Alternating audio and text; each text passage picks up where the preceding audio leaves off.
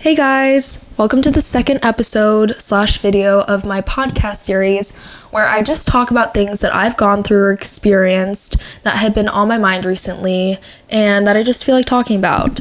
So today's episode is about something that I feel like is sort of a niche topic, but it's trauma dumping, and trauma dumping specifically in friendships. So this could also be described as oversharing. Trauma dumping is when you unleash or unload painful and intense emotions or experiences onto someone else.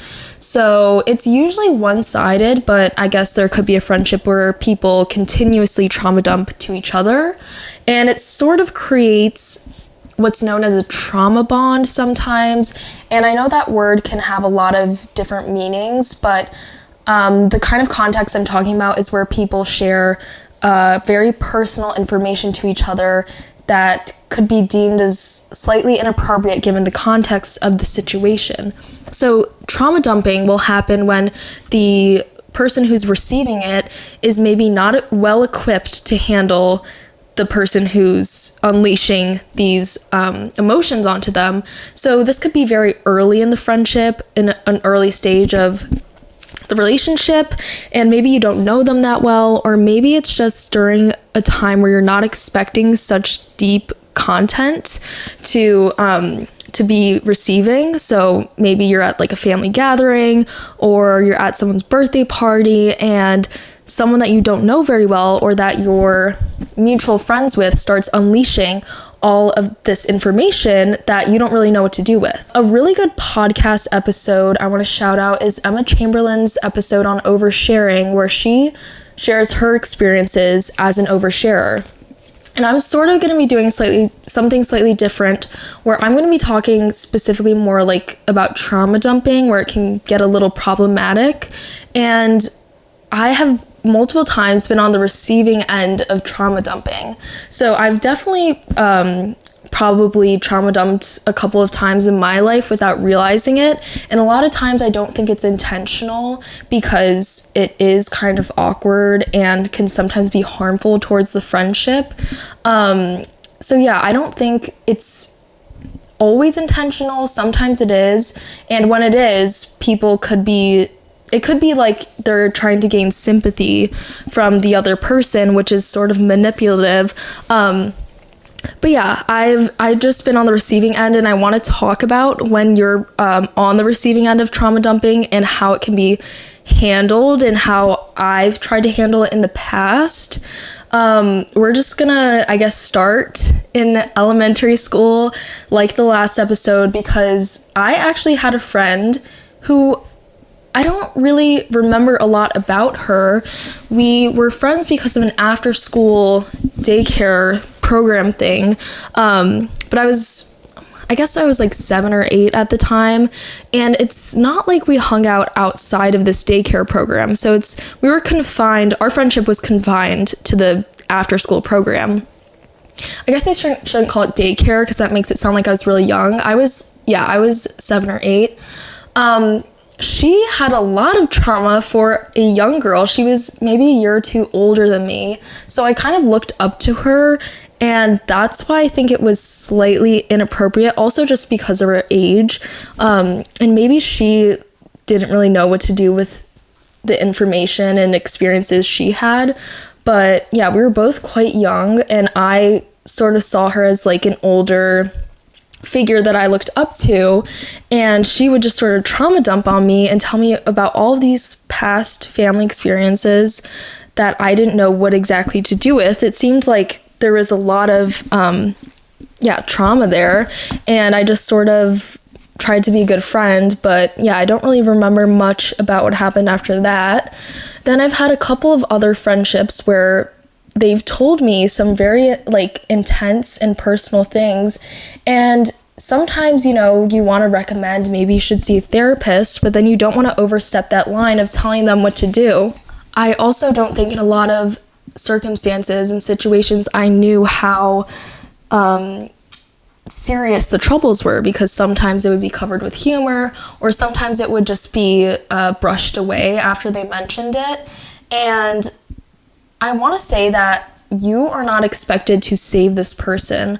I think a lot of people in this situation can put a lot of pressure on themselves to help the person and try to personally intervene, and I don't think that's necessarily the right thing to do unless you're very close to other people in their lives, like their family or close friends. But it's hard to know when they actually want to receive help and when they're sort of just using you as an outlet to vent.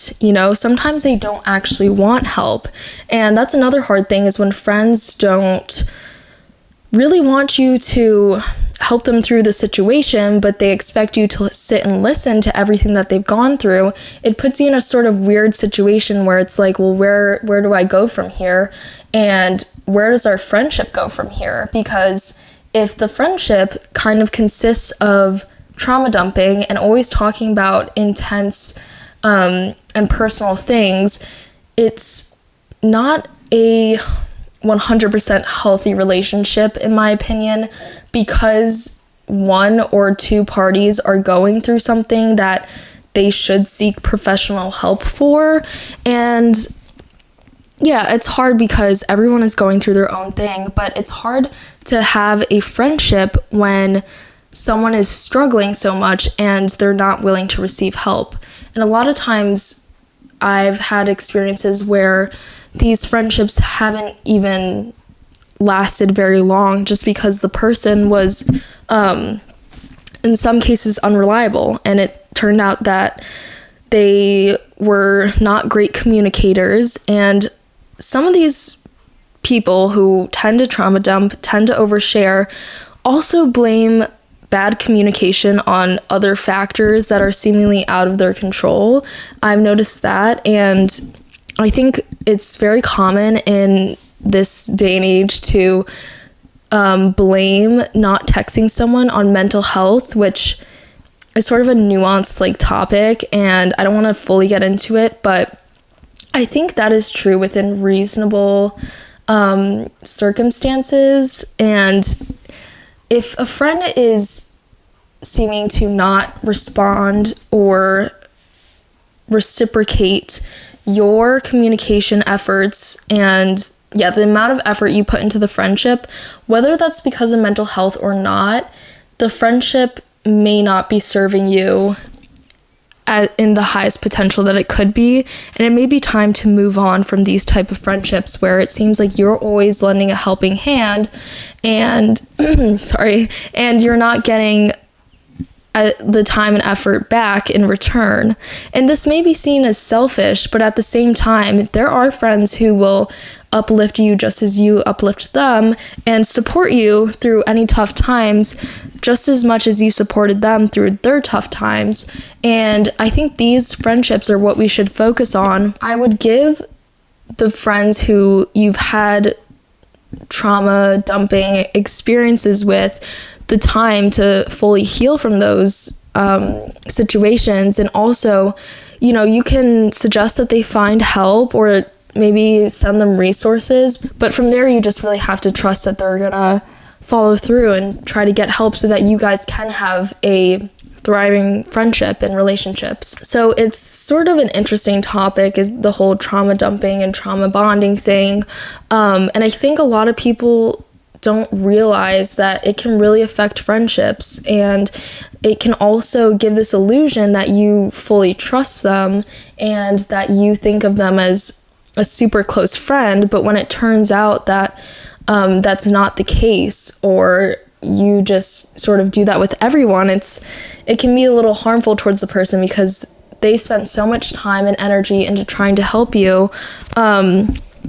But really, it's not that the person wants help, it's that they sort of just want someone as a personal outlet. And I think because I've been in both situations, I can speak to this, that sometimes you can do everything for someone, but eventually you have to just say, this is all that I have the capacity to say right now, and this is all that all the energy I have to help you, and I'll be here for you in the future, but I can't fully fix this for you.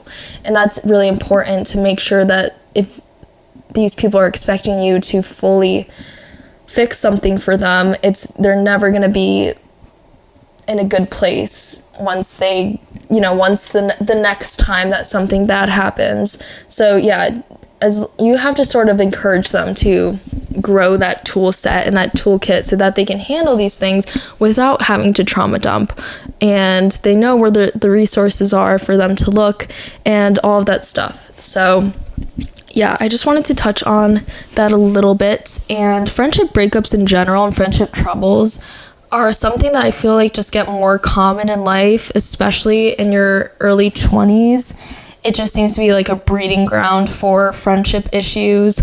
And yeah, if anyone wants a more in-depth friendship episode, I could try to do one, but I've always just sort of tried to have good friendships, and it's not your responsibility to have perfect friendships. They're never going to be perfect, and it's always going to be sort of an effort to grow the friendship and make sure that it's sustained and supported and all of that stuff. So yeah, hopefully this can encourage you, if you are someone who overshares or trauma dumps, just to be a tiny bit more self-aware and maybe get a journal, because I have really loved having a journal, especially in those situations where you just need to like word vomit to someone or to something. It's really helpful to just write it all down on a page instead of calling someone up and having, a two-way conversation.